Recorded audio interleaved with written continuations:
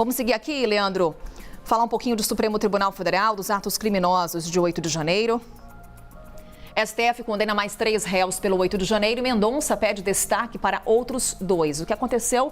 Ministro André Mendonça mandou aí para o plenário físico o julgamento de 2 réus do 8 de janeiro. O Supremo julga as ações. Julgava de 5 réus que respondem pela execução dos ataques. Já tem maioria de votos para a condenação de todos, apenas que variam de 12 a 17 anos de prisão. Só que é um julgamento no plenário virtual.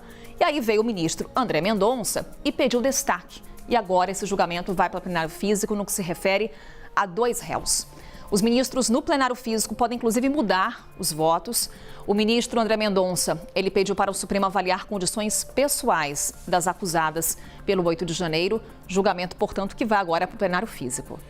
Carol, e aí você vai criando aqueles cidadãos de primeira e segunda categoria, né? A gente já teve uma primeira leva de condenados, foram 4, né? Aqueles primeiros ali condenados pelo plenário físico. Depois você teve mais 5 mais 4, 9. Depois mais 3 agora. Então você já chegou 10, 11, 12 condenados que passaram por maneiras diferentes ali, né? Você teve 8 condenados pelo plenário virtual, 4 pelo plenário físico. E agora o ministro André Mendonça enxergou a necessidade de ter ali 2 julgamentos serem avaliados pelo plenário físico. Você vai criando novas categorias, né? Novas distinções entre os réus. O fato é um cenário complicado, mas é algo que o Supremo Tribunal Federal criou e está disposto a lidar. Não há nenhum indicativo de que agora a gestão do ministro Barroso vai ter um outro formato, esse julgamento. Muito improvável, aliás, que se tenha um outro formato de julgamento. É assim que estamos, é assim que iremos nesse tratamento aos réus do 8 de janeiro.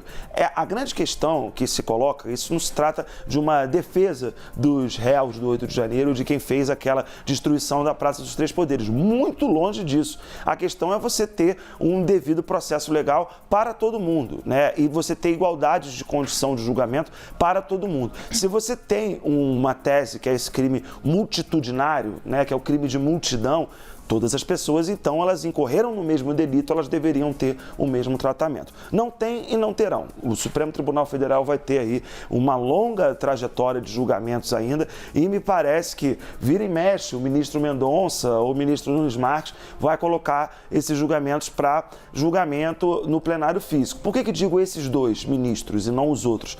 Porque está bem dividida a corte nesse sentido, né? Não é uma divisão igualitária, mas são 9 ministros de um lado, 8 agora, com a saída da ministra Rosa Weber, e 2 ministros do outro lado, né, sobre o entendimento com relação ao 8 de janeiro. A ver como é que esse julgamento vai andar, mas me parece claro que a gente está diante de um cenário que se repetirá diversas vezes ao longo dos próximos meses ainda, Carol. E haja debate jurídico, né? Para que você entenda, aí plenário virtual, os ministros só depositam voto, não tem debate, não tem discussão, você não defende ali o seu voto. E está aí justamente essa diferença, essa desigualdade que por vezes já é levantada em alguns debates jurídicos que o Leandro Rezende destaca.